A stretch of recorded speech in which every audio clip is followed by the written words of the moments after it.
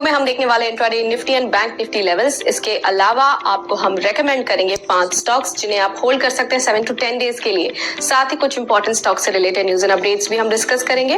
लेकिन आगे बढ़ने से पहले हमारे चैनल को जरूर सब्सक्राइब कर लें अगर अभी तक आपने सब्सक्राइब नहीं किया है तो।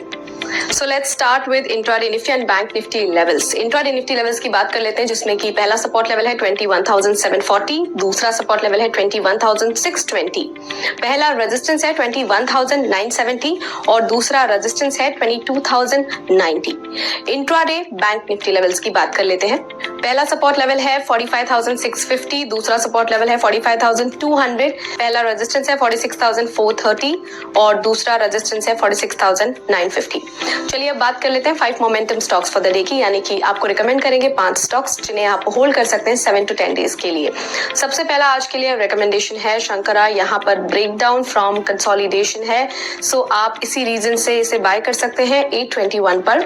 स्टॉप लॉस 794 लगा सकते हैं, पहला टारगेट 846 और दूसरा टारगेट 876 रख सकते हैं। अगला स्टॉक है PEL, ये ट्रेडिंग एट सपोर्ट है, बाय कर सकते हैं 883 पर। स्टॉप लॉस 855 रख सकते हैं, पहला टारगेट 910 और दूसरा टारगेट 934। अगला स्टॉक कोल इंडिया, यहाँ पर कंटिन्यूएशन ऑफ अप ट्रेंड नजर आ रहा है, तो आप इसे बाय कर सकते हैं 466 पर। स्टॉप लॉस 454 रख सकते हैं, पहला टारगेट 477 और दूसरा टारगेट 486 पर रख सकते हैं।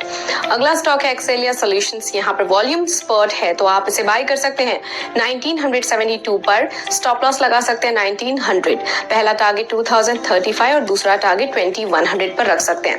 अगले स्टॉक की बात करें तो वो है KEC इंटरनेशनल, यहाँ पर बुलिश मोमेंटम है, आप इसे बाय कर सकते हैं 696 पर। स्टॉप लॉस 670 रख सकते हैं, पहला टारगेट 720 और दूसरा टारगेट 740 पर रख सकते हैं। चलिए बात करें उन कॉल्स की जो हमने आपको रिकमेंड किए थे।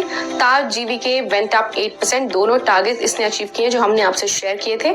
ग्रीन प्लाई वेंट अप 3% और इसने ऑलमोस्ट फर्स्ट टारगेट अचीव कर लिया है। चलिए अब नजर डालें स्टॉक्स इन न्यूज पर, जिसमें आज बात करेंगे IRCTC, ग्लैंड फार्मा और मुथूट फाइनेंस की।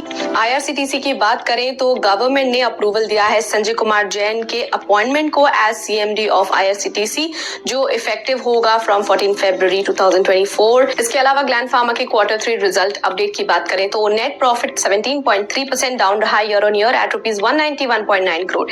रेवेन्यू 64.7% से ज्यादा रहा है ईयर ऑन ईयर बेसिस पर at ₹1,545.2 crore. EBITDA 23.1% year on year ज्यादा रहा है। मार्जिन रहा at 23.1% versus 30.9% year on year.